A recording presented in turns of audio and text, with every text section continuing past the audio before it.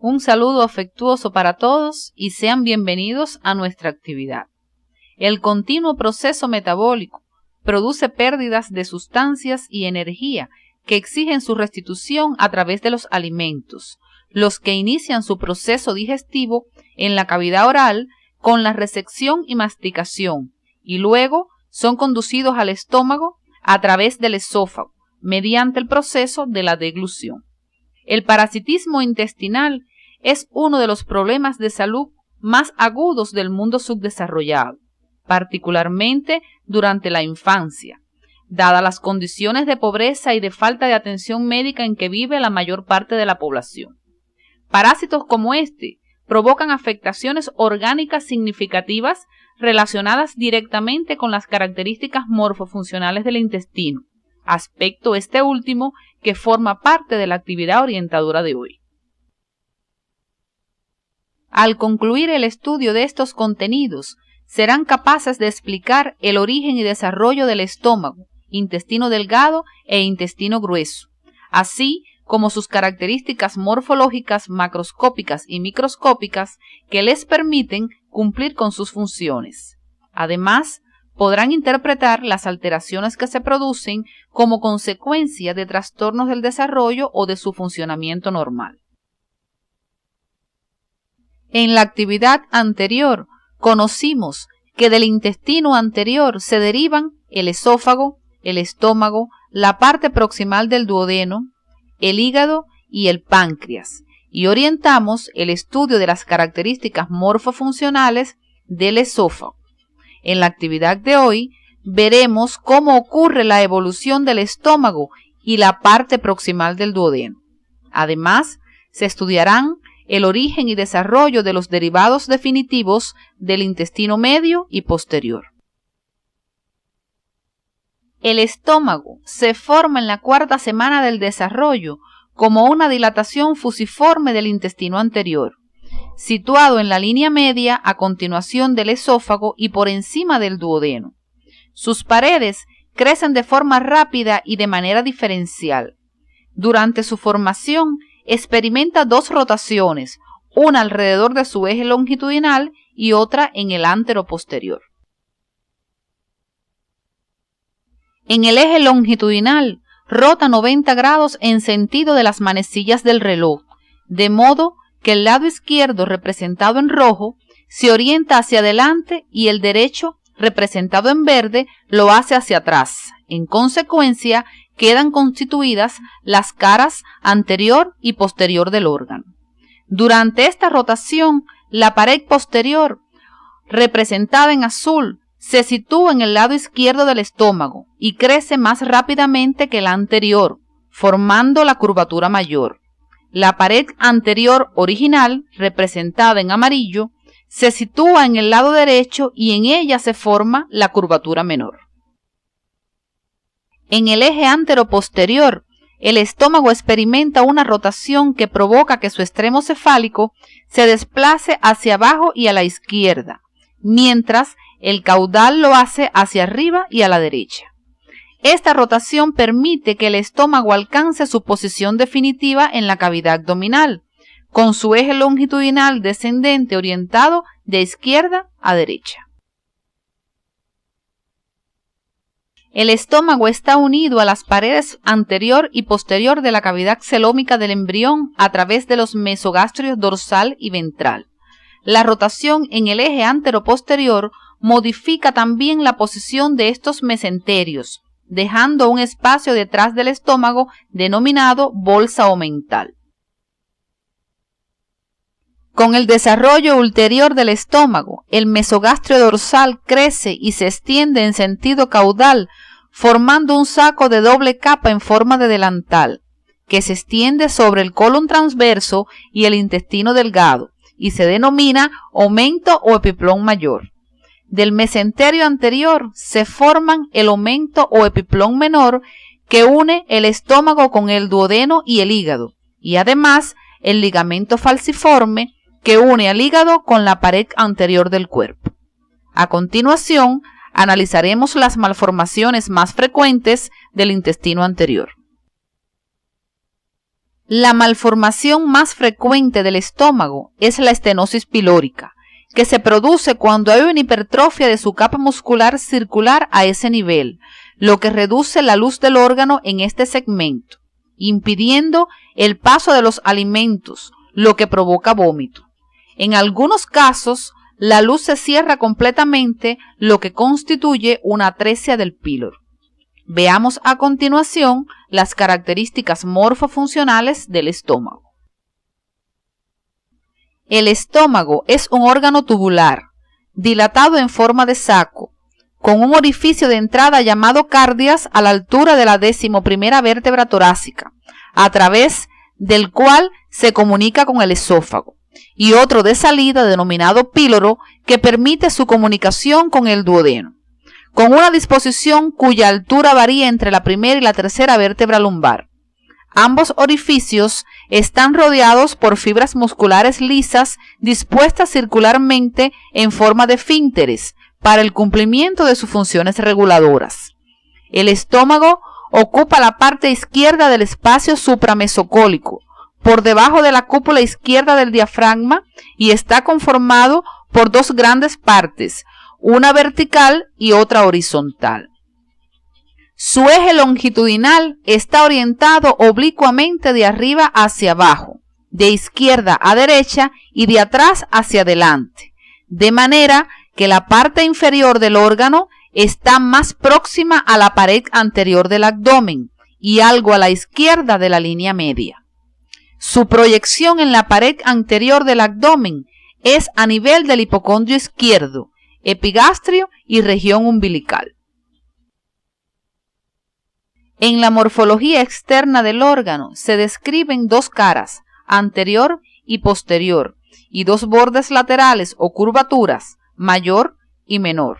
Además, presenta 4 porciones que en sentido cráneo-caudal son las siguientes: cardias o porción cardíaca, fundus o fornix gástrico, cuerpo y porción pilórica. Esta última con una parte proximal dilatada denominada antro y otra más estrecha llamada canal pilórico. Como se muestra en la imagen, la forma del estómago es muy variable. Se describen clásicamente 3 tipos de estómago: en forma de cuerno, en forma de letra J y en forma de anzuelo alargado. Es muy importante tener en cuenta la correspondencia de esta variabilidad con el tipo constitucional del individuo y con otros factores en el diagnóstico médico y especialmente en los estudios imagenológicos del órgano. Según la situación anatómica y la morfología externa del estómago señaladas anteriormente, el mismo establece relaciones topográficas con la serosa peritoneal y con otros órganos como el hígado, el páncreas y el vaso, entre otros. Es importante precisar las particularidades de estas relaciones a través del estudio independiente, siguiendo las orientaciones que aparecen en el CD de la asignatura. La mucosa del estómago es rica en glándulas y desde el punto de vista macroscópico se caracteriza por presentar abundantes pliegues. Especialmente a lo largo de su curvatura menor se observan unos pliegues longitudinales denominados calle gástrica, a través de los cuales se facilita el deslizamiento de los líquidos en dirección al orificio pilórico para pasar al intestino delgado. A continuación, nos referiremos a las características morfofuncionales microscópicas del estómago. La pared del estómago está formada por 4 capas: mucosa, submucosa, muscular y serosa. La mucosa gástrica está tapizada por un epitelio que se invagina en dirección a la lámina propia y forma las fositas gástricas. En esta imagen se observa el epitelio simple cilíndrico de la mucosa gástrica, formado por células secretoras de mucus. Este descansa en la lámina propia de tejido conectivo laxo con células linfoides. La lámina propia adquiere gran desarrollo asociado con la presencia de abundantes glándulas, las que tienen características particulares y se denominan en dependencia de la porción del órgano donde se localicen, como veremos a continuación. Las glándulas de la lámina propia del cárdias se denominan glándulas cardíacas. Sus células producen moco y una enzima llamada lisozima que destruye la pared de las bacterias. Las glándulas de la región del píloro se llaman pilóricas y son tubulares simples o ramificadas. Ambos tipos de glándulas se abren en las fositas gástricas. Las características de ambas deben estudiarlas de forma independiente. Las glándulas de la lámina propia de la mucosa en las regiones del fondo y del cuerpo se denominan glándulas fúndicas o principales y son tubulares ramificadas. Por su importancia, nos referiremos a sus características morfofuncionales. Las glándulas fúndicas poseen 3 porciones: istmo, cuello y base, formadas por diferentes tipos celulares. El istmo posee células madres, mucosas y parietales. En el cuello se encuentran células mucosas, células parietales y enteroendocrinas, y en la base las células principales, parietales y algunas células enteroendocrinas. Las células mucosas secretan un mucus soluble, las parietales producen ácido clorhídrico, las principales el pexinógeno y las enteroendocrinas la gastrina y la serotonina, entre otras sustancias. Deben profundizar en las características de estas células siguiendo las orientaciones del CD de la asignatura. La capa muscular del estómago está formada por músculo liso dispuesto en 3 estratos, uno interno oblicuo, uno medio circular y otro externo longitudinal. En esta capa se encuentra el plexo nervioso mientérico o de Auerbach. Además, en esta imagen pueden observar la serosa. Las funciones motoras del estómago son 3: almacenamiento, mezcla y vaciamiento. La función de almacenamiento se explica porque a medida que los alimentos llegan al estómago, se sitúan de forma concéntrica y sus paredes se relajan, lo cual contribuye a mantener estable la presión en su interior. La contracción de la pared muscular del estómago origina movimientos de mezcla y propulsión que aseguran el contacto de los alimentos con el jugo gástrico, lo que trae como resultado la formación del quimo. Las contracciones peristálticas se hacen más intensas a nivel del antro pilórico, lo que se conoce con el nombre de bomba pilórica, y garantiza el vaciamiento a la primera porción del duodeno. La velocidad del vaciamiento gástrico está regulada por señales procedentes del estómago que favorecen el paso del contenido gástrico a la primera porción del duodeno y por señales del duodeno, más importante aún, que limitan la llegada de la cantidad de quimo al duodeno para su adecuada digestión y absorción. Entre las señales procedentes del estómago se destaca el efecto de la distensión sobre la generación de reflejos mientéricos que aumentan la actividad de la bomba pilórica y por efecto de la gastrina, hormona liberada por la distensión y la presencia de algunos alimentos en el estómago. Esta hormona aumenta la secreción y motilidad gástrica y en consecuencia su vaciamiento. Los factores duodenales pueden ser nerviosos como el reflejo enterogástrico y hormonales como el efecto de la colecistocinina, secretina y péptido inhibidor gástrico. A continuación, analizaremos el control de los factores duodenales. Cuando los alimentos pasan a la primera porción del duodeno, se desencadena el reflejo enterogástrico, que disminuye la actividad de la bomba pilórica y aumenta el tono del esfínter pilórico. Los principales estímulos que desencadenan este reflejo son la acidez del quimo, la distensión de la pared duodenal y los productos de degradación de las proteínas.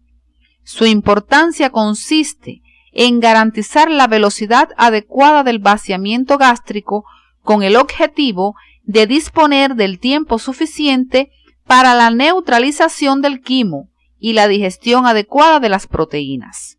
A continuación, orientaremos los contenidos relacionados con la retroalimentación hormonal. La presencia de grasas en el duodeno incrementa la secreción de colecistocinina y péptido inhibidor gástrico. Ambas hormonas disminuyen el vaciamiento gástrico con la finalidad de permitir la adecuada acción de la bilis en la emulsión de las grasas y su digestión por parte de las lipasas. Si el quimo que pasa a la primera porción del duodeno es ácido, se libera secretina, que disminuye el vaciamiento gástrico con la finalidad de que el mismo sea neutralizado por las secreciones pancreática e intestinal. Como han podido apreciar, en este control participan 3 hormonas. Sin embargo, la más importante es la colecistocinina. Como ya conocen, la mucosa del estómago posee glándulas productoras de una serie de sustancias que constituyen el jugo gástrico. Sus componentes son el ácido clorhídrico, el peccinógeno, el factor intrínseco, el moco, la lipasa y la milasa gástrica. Además del jugo gástrico, estas glándulas producen la hormona gastrina, que participa en la regulación de la motilidad y secreción del estómago. A continuación, abordaremos las funciones de algunos de los componentes del jugo gástrico. El ácido clorhídrico presenta múltiples funciones en la digestión, como son activar el peccinógeno, brindar un pH óptimo para la acción de la pectina, ofrecer poder antiséptico al jugo gástrico, favorecer la absorción del hierro al convertirlo en ferroso y atacar el colágeno, digregando las fibras musculares de las carnes ingeridas, con lo cual favorece la acción de las enzimas proteolíticas. A continuación, analizaremos las funciones de otros de los componentes del jugo gástrico. El peccinógeno, producido por las células principales y mucosas de las glándulas gástricas, se activa en presencia del ácido clorhídrico para convertirse en pectina, enzima proteolítica que hidroliza el enlace peptídico de las proteínas ingeridas. En su estudio independiente, deben profundizar en el estudio de los demás componentes del jugo gástrico, siguiendo las orientaciones del CD. La secreción gástrica tiene 3 fases: cefálica, gástrica e intestinal. La fase cefálica se produce incluso antes de la llegada de los alimentos al estómago, debido a señales nerviosas originadas en la corteza cerebral o en el centro del apetito del hipotálamo y transmitidas a través de las fibras parasimpáticas del nervio vago al estómago. La fase gástrica es la que mayor volumen de secreción aporta. Se produce cuando los alimentos llegan al estómago, debido a que se desencadenan reflejos locales, reflejos vagales y liberación de la hormona gastrina. Estos mecanismos estimulan las glándulas gástricas, con lo cual se incrementa la secreción de ácido y peccinógeno. La fase intestinal se produce cuando los alimentos han pasado al duodeno. En esta fase se aporta un pequeño volumen de secreción que depende de la producción de gastrina entérica.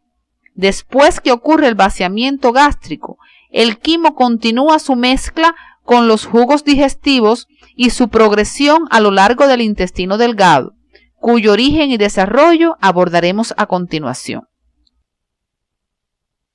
El intestino delgado está formado por el duodeno, el yeyuno y el ilion. En su origen participan la porción distal del intestino anterior y la rama cefálica del intestino medio.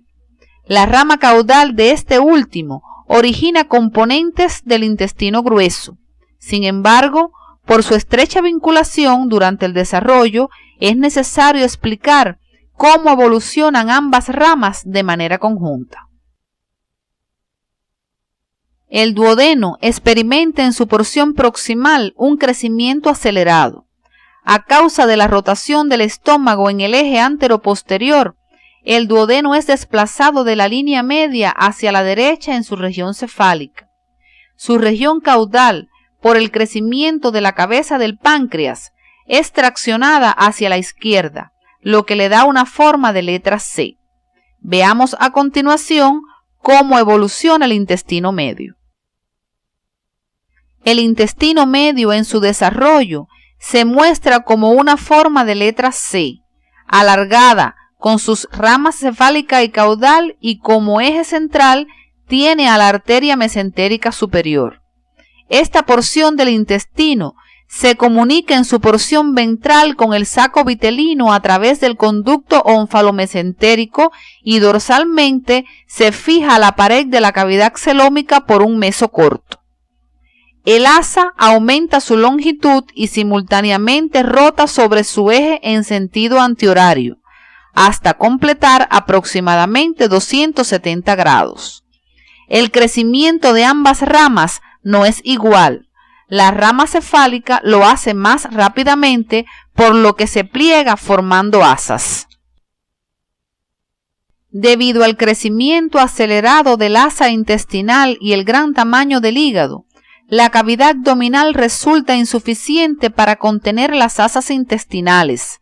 Esto trae como consecuencia que en la sexta semana se produzca la salida de las mismas hacia el exterior, lo que recibe el nombre de hernia umbilical fisiológica.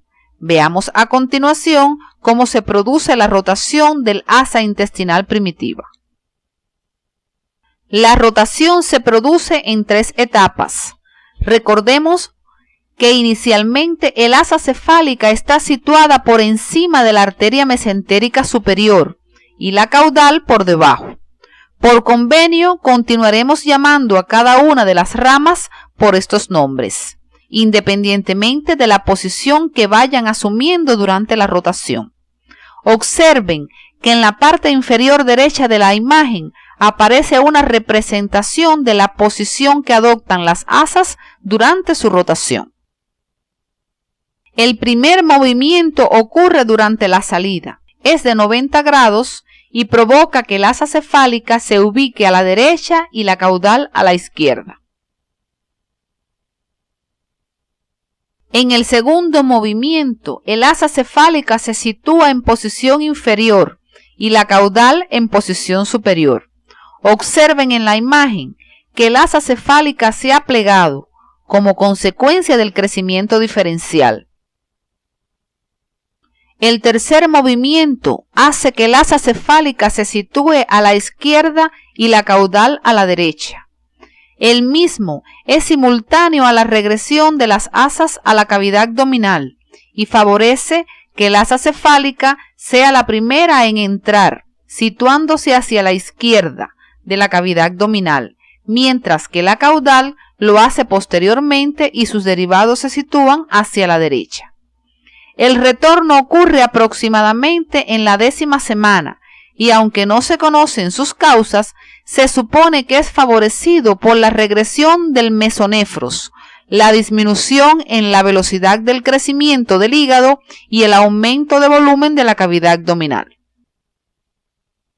Podemos decir entonces que de la rama cefálica se originan la mayor parte del duodeno, el yeyuno y parte del ilion, mientras que la rama caudal forma la porción distal del ilion, el ciego, el apéndice, el colon ascendente y los 2/3 derechos del colon transverso. La evolución del meso del intestino medio, conocido como mesenterio propiamente dicho, está muy relacionada con los procesos de rotación del asa intestinal primitiva, lo que explica en parte que algunos órganos quedan en posición intraperitoneal y otros retroperitoneal. Las malformaciones de esta porción del intestino pueden ser anomalías de los mesenterios como la hernia retrocólica, anomalías de la pared abdominal donde la más frecuente es el onfalocele, anomalías del conducto onfalomesentérico como el divertículo de Meckel, defectos en la rotación como el colon izquierdo, atresias, estenosis y duplicaciones que pueden ocurrir en cualquiera de los segmentos del intestino y que siguen los patrones ya estudiados. Veamos a continuación algunos ejemplos de estas malformaciones. La luz del duodeno se oblitera durante el segundo mes del desarrollo para recanalizarse después. Si este fenómeno no se produce de manera correcta, pueden aparecer malformaciones. En la imagen se muestra una estenosis. Observen que la luz de la porción caudal es más estrecha que la de la cefálica. Si la luz no se recanaliza, persiste una obstrucción total. Entonces se presenta una atresia. De las malformaciones intestinales, una de las más frecuentes es el onfalocele, producido cuando no regresan las asas a la cavidad abdominal. En la hernia pueden encontrarse, además del intestino, el hígado y el vaso cubiertos por el ágneos. Esta malformación se acompaña frecuentemente de defectos cardíacos y alteraciones cromosómicas. En estos casos, generalmente, es incompatible con la vida. Otro defecto de la pared abdominal es la gastrosquisis, la cual pueden observar en la imagen. La misma es una hernia directa de las asas intestinales en la cavidad amniótica, en la cual las vísceras no están cubiertas por peritoneo ni por ágneos, lo que puede causarles daño al estar en contacto directo con el líquido amniótico. En la presente imagen, tomada de un ecosonograma prenatal, pueden apreciar señalada con una flecha un asa intestinal libre en la cavidad amniótica, expresión de una gastrosquisis. Noten que esta malformación puede diagnosticarse durante la vida prenatal, donde la labor del médico integral comunitario juega un papel importante. En la siguiente imagen tenemos el mismo recién nacido mostrado en la primera imagen, una vez corregido quirúrgicamente el defecto. El intestino delgado es la parte más larga del tubo digestivo, con una longitud promedio de 6 metros. Ocupa la mayor parte del espacio inframesocólico, enmarcado entre distintas porciones del intestino grueso. Según sus relaciones con el peritoneo, es en parte retroperitoneal y en parte intraperitoneal. Se divide para su estudio en dos grandes porciones: intestino no mesentérico, aquella porción que carece de mesoperitoneal y por tanto está fijada directamente a la pared abdominal posterior, cubierta por el peritoneo parietal, con muy pocas posibilidades de desplazamiento, como ocurre con el duodeno, e intestino mesentérico, aquella porción del intestino delgado fijada a la pared abdominal por medio de un meso con grandes posibilidades de movilidad, a la cual pertenecen el yeyuno y el ilion. Entre estas dos últimas porciones no existe una delimitación precisa, razón por la cual algunos autores prefieren el término de yeyuno-ilion. El duodeno es la porción no mesentérica y más corta del intestino delgado, con una longitud promedio de 25 a 30 centímetros y en forma de letra C.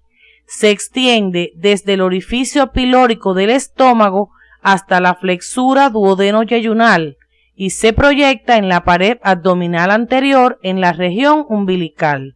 El mismo está situado profundamente por delante de la pared abdominal posterior y de los grandes vasos abdominales, por detrás del peritoneo parietal posterior. Con respecto a la columna vertebral, se extiende entre la primera y la cuarta vértebra lumbar. El duodeno se divide para su estudio en 4 porciones: superior, descendente, horizontal y ascendente.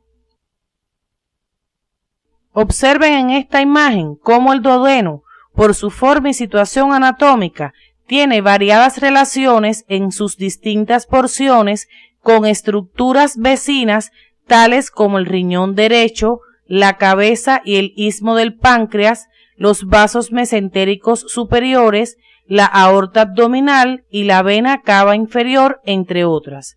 Por su importancia médica y quirúrgica, es necesario que profundicen estos contenidos según las orientaciones del CD de la asignatura. Como pueden observar en la imagen, la mucosa del duodeno presenta abundantes pliegues circulares en sus porciones descendente, horizontal y ascendente, lo cual aumenta considerablemente la superficie de contacto con las sustancias alimenticias que pasan por él. Además, en la superficie medial de su porción descendente se encuentra una elevación denominada papila duodenal mayor, con un orificio en su vértice donde desembocan los conductos pancreático principal y colédoco. El yeyuno representa aproximadamente 2/5 partes de la porción mesentérica del intestino delgado y se encuentra a continuación del duodeno desde la flexura duodeno-yeyunal hasta el íleon, sin límite preciso.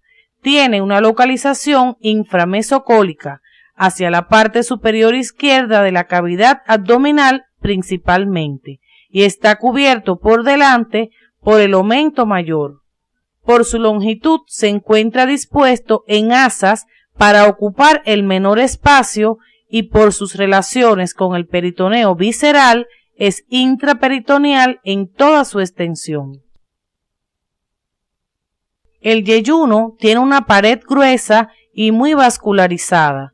Su mucosa forma pliegues elevados y abundantes, con lo cual se incrementa la superficie de absorción en esta parte del intestino. Esta característica morfofuncional se expresa en los estudios imagenológicos como se muestra a la derecha. El íleon representa aproximadamente 3/5 partes de la porción mesentérica del intestino delgado y se extiende desde el yeyuno sin límite preciso hasta su desembocadura en el ciego a nivel de la valva ileocecal. Tiene una localización inframesocólica, dispuesto en asas hacia la parte inferior derecha de la cavidad abdominal y cubierto por delante por el omento mayor. Al igual que el yeyuno, es intraperitoneal en toda su extensión. La pared del íleon es más fina, menos vascularizada y se distinguen en ella los folículos linfáticos solitarios y las placas de Peyer. Los pliegues de la mucosa se presentan en menor cantidad y altura, característica morfofuncional que se expresa en los estudios imagenológicos como se muestra a la derecha.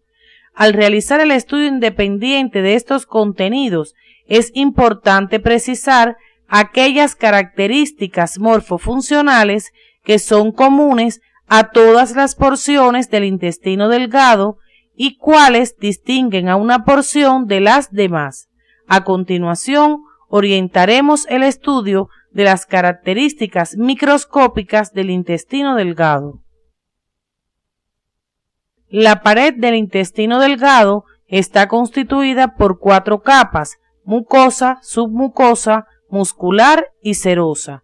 Esta estructura general de la pared tiene sus particularidades en las diferentes porciones del órgano. La mucosa presenta estructuras que aumentan su superficie y con ello el área disponible para la absorción de nutrientes. Estas son pliegues circulares, elevaciones que incluyen la mucosa y la submucosa más desarrollados en el yeyuno, vellosidades intestinales, proyecciones alargadas de mucosa que contienen epitelio y lámina propia. Las del duodeno son más altas, más anchas y numerosas que las del resto del intestino delgado. Microvellosidades, especializaciones de la membrana plasmática en la superficie apical de las células cilíndricas que forman parte del epitelio y glándulas intestinales o criptas de Lieberkühn, invaginaciones del epitelio hacia la lámina propia que se abren en la superficie de la mucosa entre las bases de las vellosidades. En la imagen se presenta el epitelio que reviste la mucosa, el cual es simple, cilíndrico, con chapa estriada y células caliciformes, que descansa en la lámina propia de tejido conectivo con abundantes vasos sanguíneos y linfáticos. Presenta además fibras musculares lisas y tejido linfoide organizado en folículos linfáticos que a nivel del íleon se presentan agrupados formando las placas de Peyer. La lámina propia presenta además las glándulas intestinales o criptas de Lieberkühn. Las criptas de Lieberkühn son glándulas tubulares rectas que se abren en la superficie de la mucosa entre las vellosidades. Estas glándulas están constituidas por células superficiales absortivas, caliciformes, enteroendocrinas, regenerativas y de Panet. Las células superficiales absortivas y las caliciformes ocupan la mitad superior de la glándula, mientras que el resto de los tipos celulares se localizan en la mitad inferior, aunque esta región puede presentar además algunas células caliciformes. Deben profundizar en las características morfofuncionales de estos tipos celulares siguiendo las orientaciones del CD. La submucosa del intestino delgado está formada por tejido conectivo laxo, con nódulos linfáticos, abundantes fibras elásticas y el plexo nervioso de Meissner. A nivel del duodeno presenta glándulas tubulares compuestas denominadas de Brunner, que secretan un mucus rico en bicarbonato que reduce la acidez del quimo y protege el epitelio intestinal de la acción del jugo gástrico.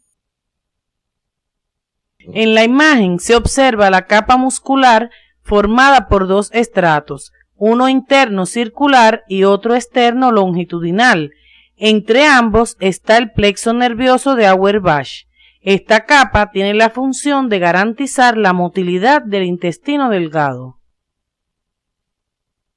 Los movimientos del intestino delgado, como en otras porciones del sistema digestivo, se dividen en mezcladores y propulsores. Esta división es puramente didáctica debido a que ambos producen un cierto grado de mezcla y propulsión simultáneas.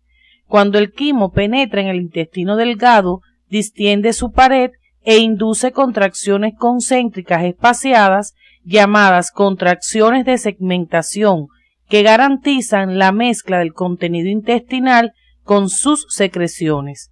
Los movimientos propulsores dependen de las contracciones peristálticas. Observen que cada anillo de contracción está precedido en el tiempo de una relajación distal, lo que asegura la progresión de los alimentos a lo largo del intestino delgado. En la parte derecha de la presentación, observen una imagen contrastada de intestino delgado, donde pueden apreciar las contracciones peristálticas.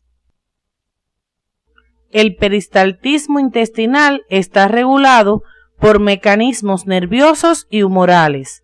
La actividad peristáltica aumenta mucho después de una comida, debido al desencadenamiento del reflejo gastroentérico, provocado por la distensión del estómago y conducido principalmente por el plexo mientérico, desde el estómago al intestino delgado. Además de estos factores nerviosos, existen los hormonales, entre los que se encuentran la gastrina, la colecistocinina, la insulina y la serotonina, que aumentan el peristaltismo, mientras que la secretina y el glucagón lo disminuyen. Este control asegura la adecuada dispersión del contenido intestinal, lo cual favorece su digestión y absorción. A continuación abordaremos el estudio de la secreción intestinal. La secreción intestinal sin restos celulares apenas contiene enzimas. Sin embargo, los enterocitos de la mucosa, sobre todo los que cubren las vellosidades, contienen enzimas digestivas que digieren sustancias alimenticias específicas mientras se absorben a través del epitelio. Estas son las peptidasas, que fraccionan los péptidos en aminoácidos, las disacaridasas escinden los disacáridos y su déficit es causa frecuente de diarreas, y una lipasa de acción débil. en la secreción intestinal se encuentra la enzima enterocinasa, cuya función básica es la activación del tripsinógeno. Además, contiene agua, electrolitos y moco. Este último tiene función protectora de la mucosa. Los factores más importantes que regulan la secreción del intestino delgado son los reflejos nerviosos locales, iniciados por estímulos táctiles e irritativos por la presencia de los alimentos, además del aumento de la actividad intestinal asociada a los movimientos gastrointestinales. Las hormonas secretina y colecistocinina incrementan la secreción del intestino delgado. El intestino posterior es la última porción del intestino primitivo. Su parte más caudal es la cloaca, la que se divide en dos porciones independientes: el seno urogenital, ya estudiado en actividades anteriores, y el conducto anorrectal, que queda separado del exterior por la membrana anal. La porción digestiva del intestino posterior experimenta una elongación rápida y de ella se forma el tercio izquierdo del colon transverso, el colon descendente, el sigmoides, el recto y la porción superior del conducto anal. Los otros componentes del intestino grueso son derivados de la rama caudal del intestino medio. La porción inferior del conducto anal se forma porque al romperse la membrana anal se comunican la última porción del intestino posterior con el proctodeo. El epitelio ectodérmico de este último, representado en rojo, reviste la porción distal del conducto anal, mientras que el epitelio de las demás porciones del intestino posterior es endodérmico. Los derivados del intestino posterior son irrigados por la arteria mesentérica inferior, excepto en su porción más caudal, que recibe irrigación de las arterias rectales medias e inferiores, ramas de las arterias ilíacas. Las malformaciones congénitas más frecuentes en esta porción del intestino son las fístulas urorectales, que se producen cuando se mantiene comunicación entre la última porción del intestino con la vejiga, con la uretra y, en el caso de la mujer, con la vagina. El ano imperforado ocurre cuando no hay comunicación entre el canal anal y el exterior. Puede ser porque no se recanaliza el conducto o porque no se rompe la membrana anal. De otra parte, en la formación de los ganglios parasimpáticos de la pared intestinal juega un papel importante la migración de las células de las crestas neurales que participan en su formación. Cuando por defecto en la migración de estas células no se forman los ganglios parasimpáticos, se produce un megacolon agangliónico. En la imagen se representa un megacolon agangliónico. Observen el gran tamaño del colon a consecuencia de la disminución del tono del músculo liso de su pared. El intestino grueso mide aproximadamente 1.5 metros de longitud y presenta los mayores diámetros de todo el tubo digestivo. Se extiende desde su unión con el ilion en la fosa ilíaca derecha hasta el orificio anal, formando un marco a las asas intestinales delgadas. Sus relaciones con el peritoneo varían de una porción a otra. Se divide para su estudio en las siguientes porciones: ciego, colon y recto.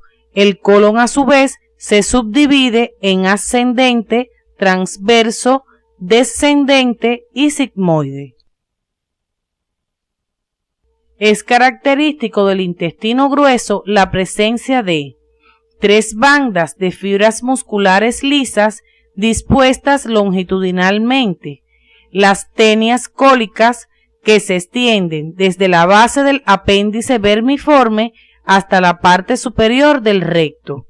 numerosas austras cólicas o abollonaduras separadas unas de otras por estrechamientos sucesivos y abundantes apéndices epiploicos como pequeñas evaginaciones de la serosa peritoneal en las cuales se acumula tejido adiposo. En la mucosa del intestino grueso, a diferencia del delgado, los pliegues son escasos y dispuestos transversalmente en forma semilunar.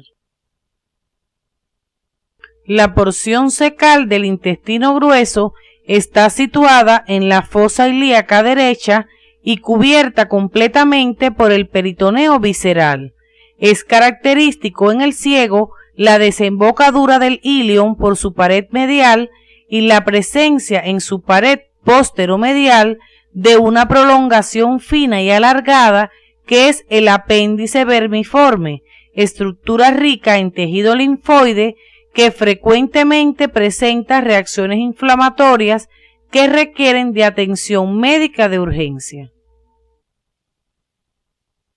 Observen en esta imagen la superficie interna del ciego, los pliegues de la valva ileocecal en el orificio de desembocadura del ilion y más caudal y medialmente el orificio de entrada al apéndice vermiforme. El colon ascendente se extiende a continuación del ciego, adosado a la superficie posterolateral derecha de la cavidad abdominal hasta la flexura cólica derecha, cubierto por la serosa peritoneal en sus superficies anterior y laterales, con una localización retroperitoneal. El colon transverso se extiende entre ambas flexuras cólicas derecha e izquierda, cubierto completamente por el peritoneo, por lo que es intraperitoneal, y fijado a la pared abdominal posterior por un pliegue llamado mesocolon transverso. El colon descendente se extiende desde la flexura cólica izquierda hasta el nivel de la cresta ilíaca izquierda, adosado a la superficie posterolateral de la pared abdominal, cubierto por el peritoneo en sus superficies anterior y laterales, localizado en el espacio retroperitoneal. El colon sigmoide tiene la forma de una letra S y se extiende desde el nivel de la cresta ilíaca izquierda hasta el nivel de la tercera vértebra sacra, donde se continúa con el recto. Está cubierto completamente por el peritoneo en el espacio intraperitoneal y fijado a la pared posterolateral izquierda de la pelvis por un pliegue peritoneal, el mesocolon sigmoide. El recto se extiende desde la altura de la tercera vértebra sacra como continuación del colon sigmoide hasta el orificio anal en la región perineal. Mide aproximadamente 16 centímetros y se divide en dos grandes porciones, pelviana y perineal o canal anal. Presenta en su parte media una dilatación llamada ampolla rectal. La mucosa rectal presenta, además de los pliegues semilunares antes mencionados, a nivel del canal anal, unos pliegues longitudinales denominados columnas anales y entre los mismos unos espacios que son los senos anales. El intestino grueso presenta la misma organización general del intestino delgado, aunque carece de pliegues circulares y de vellosidades intestinales. La mucosa del intestino grueso está revestida por un epitelio simple cilíndrico con chapa estriada y células caliciformes. La lámina propia es rica en células linfoides y la muscular de la mucosa está formada por músculo liso. La submucosa está constituida por tejido conectivo laxo. En ella se encuentran vasos sanguíneos, nódulos linfáticos y el plexo nervioso de Meissner. En la imagen pueden apreciar además la capa muscular. En esta imagen se presenta la mucosa del intestino grueso.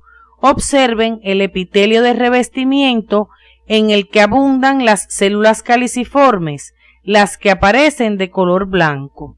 Se aprecian además las glándulas o criptas intestinales. Estas son más profundas y numerosas que las del intestino delgado y no contienen células de Paneth. También pueden apreciar la lámina propia y la muscular de la mucosa. La capa muscular del intestino grueso está formada por un estrato interno circular y uno externo longitudinal. Las fibras de este último se unen para formar 3 bandas longitudinales gruesas llamadas tenias del colon. Externamente a la capa muscular se encuentra la serosa. Las funciones principales del intestino grueso son la absorción de agua y electrolitos y el almacenamiento de las materias fecales hasta el momento de su eliminación. La primera de estas funciones se efectúa principalmente en la mitad proximal del colon y la segunda en su mitad distal. La motilidad del intestino grueso, al igual que en otros segmentos del tubo digestivo, depende de movimientos mezcladores y propulsores. Los mezcladores son movimientos de segmentación originados por la contracción de las fibras musculares longitudinales y circulares que dan lugar a la formación de las austras. La propulsión en el ciego y el colon ascendente depende sobre todo de las contracciones australes. A partir del colon transverso y hasta el sigmoides depende de contracciones de un segmento de la pared a los que se denomina movimientos en masa. Los mismos están facilitados después de las comidas por los reflejos gastrocólicos y duodenocólicos. Deben profundizar en estos contenidos, así como en el mecanismo reflejo de la defecación por la bibliografía recomendada en el CD. El epitelio de la mucosa del intestino grueso contiene abundantes células caliciformes productoras de moco, cuya función fundamental es la protección tanto de escoriaciones que puedan producir las heces fecales como de los efectos nocivos de las bacterias presentes en el contenido de las mismas. Además, el moco proporciona un medio adherente que mantiene unida la materia fecal. El otro componente de la secreción es el bicarbonato, que conjuntamente con el moco proporciona un pH básico que neutraliza los ácidos fecales. Los estudios imagenológicos del tubo digestivo, utilizando sustancias de contraste como el bario, son de mucha utilidad en el diagnóstico de diversas alteraciones. Observen en esta imagen el estómago, el duodeno y las asas del yeyuno ilio.